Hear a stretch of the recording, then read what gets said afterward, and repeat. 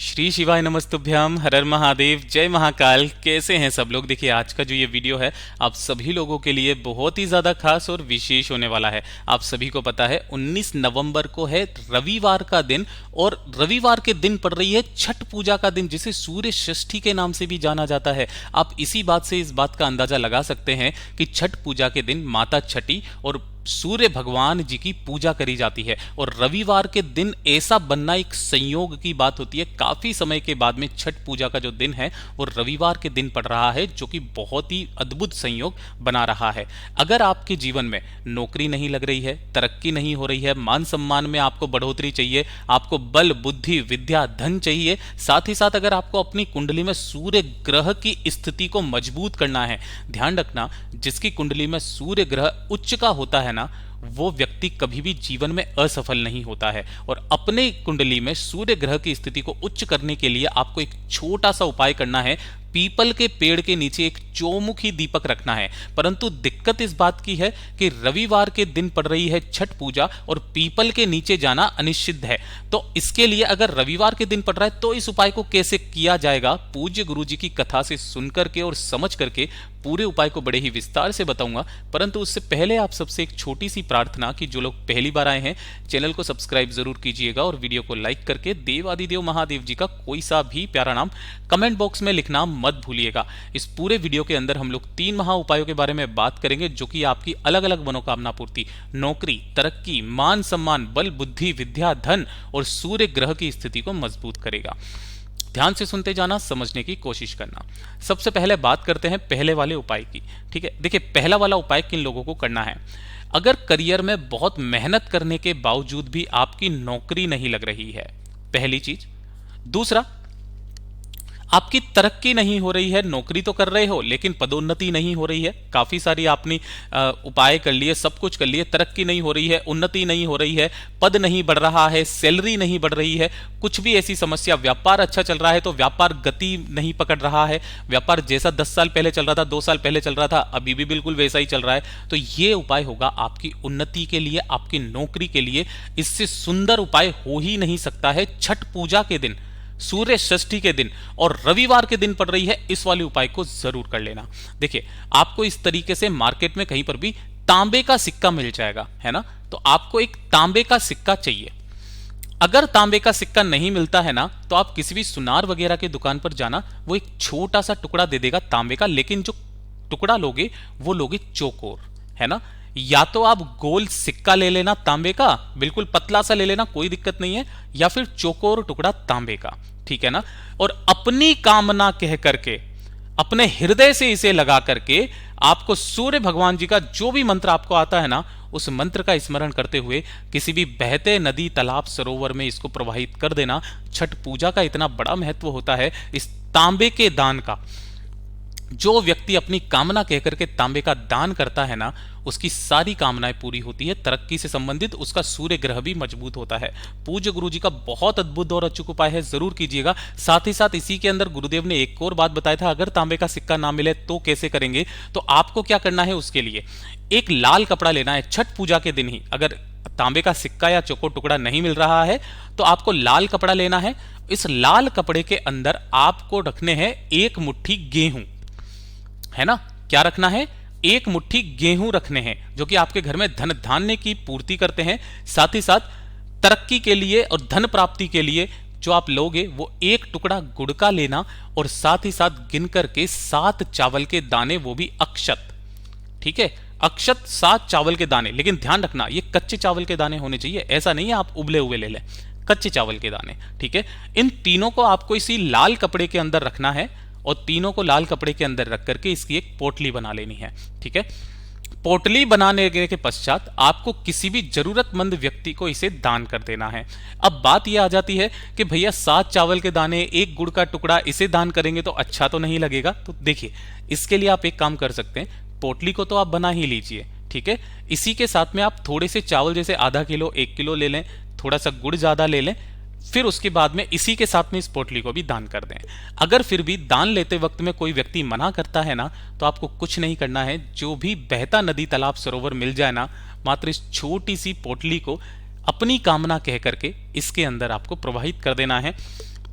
ये वाला उपाय सिर्फ उन्नति के लिए, तरक्की के लिए, जॉब के लिए किया जाता है, व्यापार में रफ्तार देने के लिए किया जाता है। पूज्य गुरुजी का बहुत अद्भुत और अचूक उपाय है, जरूर करना। ये तो हो गया पहला। बात करते हैं दूसरे वाले उपाय की। दूसरा वाला उपाय होता है जो होता है आपकी कुंडली में सूर्य ग्रह की मजबूती के लिए, है ना। सूर्य ग्रह आपका उच्च पर चला जाता है, और जिसका सूर्य ग्रह कुंडली में उच्च पर होता है ना, उसका जीवन में कोई कुछ नहीं बिगाड़ सकता, उसकी तरक्की संभव है, उसकी तरक्की कोई रोक ही नहीं सकता है। साथ ही साथ माता लक्ष्मी जी के लिए, है ना। अगर आपके घर में धन की बहुत ज्यादा कमी है ना, तो इस वाले उपाय को करना, जो कि पीपल के पेड़ के नीचे आपको चौमुखी दीपक लगाना है। लेकिन लगाना कैसे है? सबसे पहले तो आपको देखिए इस तरीके से चौमुखी दीपक तैयार करना है। इसके अंदर दो बत्ती मत लगाना कि आपने ऐसे करके एक बत्ती ऐसे निकाल दी, एक बत्ती ऐसे लगा दी, ऐसे नहीं। आपको इसके अंदर 4 बत्तियां ही लगानी होगी, जैसा आप चित्र में देख पा रहे हो। एक बत्ती ऐसे, एक बत्ती ऐसे, एक बत्ती ऐसे, एक बत्ती ऐसे, लंबी बाती। सभी को प्रज्वलित यहां पर मत करना, पीपल के पेड़ के पास जाना। देखिए रविवार का दिन है तो कैसे जाएंगे? पूज्य गुरुजी ने अपनी कथा में बताया था कि अगर रविवार के दिन आप कोई सा भी उपाय पीपल के पेड़ के नीचे करते हैं तो कभी भी खाली हाथ मत जाना, क्योंकि रविवार के दिन इस पेड़ के नीचे माता लक्ष्मी जी विष्णु जी के साथ में अलक्ष्मी वो भी विराजमान होती है ना। तो जैसे लक्ष्मी होती है, उनकी बहन है अलक्ष्मी, है ना, जो कि निर्धनता देती है आपके घरों में। तो आपको खाली हाथ नहीं जाना है इस वाले उपाय में। क्या कभी भी रविवार के दिन अगर पीपल के पेड़ के नीचे जाओ तो कुछ ना कुछ, थोड़ी सी हल्दी, मूंग, चावल, 1 लोटा जल, कुछ भी लेकर के जाना, कुछ फर्क नहीं पड़ेगा, ठीक है ना। तो आपको एक दीपक और साथ ही साथ कुछ भी भोग आपको जरूर लेकर के जाना है। इसी के साथ थोड़े से गेहूं के दाने, चावल के दाने या फिर हरे मूंग के दाने, कुछ भी लेकर के जाना। किसके लिए? कि जब आप पीपल के पेड़ के नीचे इस दीपक को लगाएंगे ना, तो इस दीपक को लगाने के बाद आपको इसके नीचे आसन जरूर लगाना है, और यहां पर आपको उस दीपक को प्रज्वलित कर देना है अपनी कामना कहते हुए। लंबी बातियां जो आप लगाते हो ना, ये माता लक्ष्मी जी के लिए होती है, और पीपल के पेड़ के नीचे माता लक्ष्मी जी का वास होता है।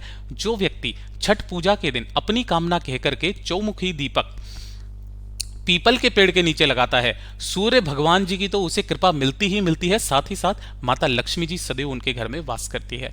पूज्य गुरु जी का बहुत अद्भुत और अचूक उपाय है, जरूर कीजिएगा। अब बात कर लेते हैं तीसरा वाला उपाय, जिसे हर एक व्यक्ति चाहता है।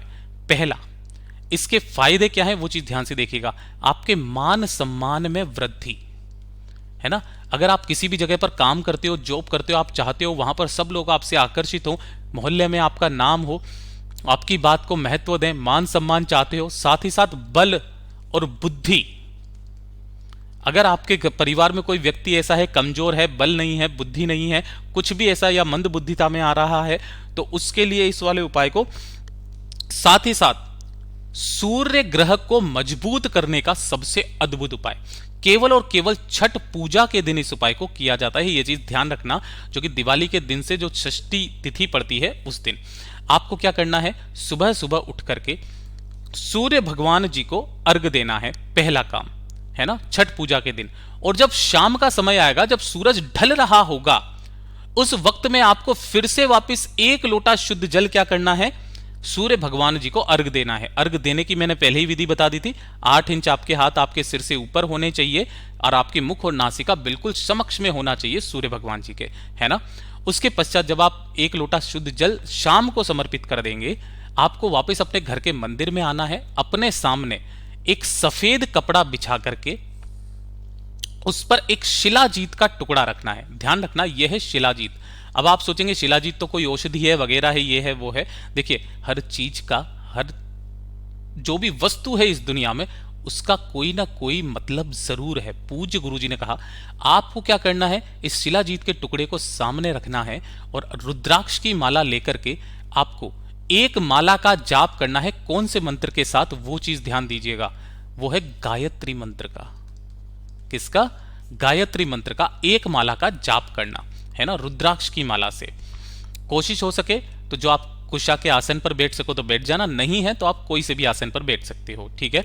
एक माला का जाप करने के पश्चात जो आपके पास में शिलाजीत का टुकड़ा है ना, उस छठ पूजा से अगले आने वाले 45 दिन तक इसका छोटा छोटा सा पार्ट, जैसे कि ये इतना सा, मैं लाल कपड़े से बताता हूं, मात्र इतना सा, आप गीला भी ले सकते हैं जो कि लिक्विड फॉर्म में आता है, दूध में मिला करके, किसी में भी मिला करके, रात को सोने से पहले अपनी कामना कह करके 45 दिन तक लगातार इस शिलाजीत के टुकड़े को आपको खाना है और 45 दिन में ये खत्म हो जाना चाहिए। ये चीज ध्यान रखना।